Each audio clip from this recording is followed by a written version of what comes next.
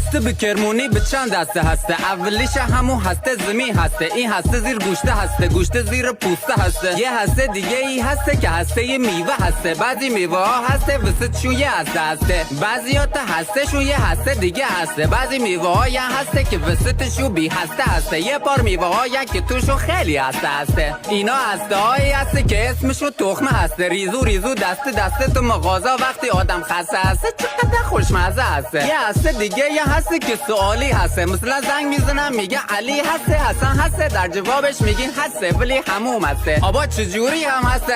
همون هسته.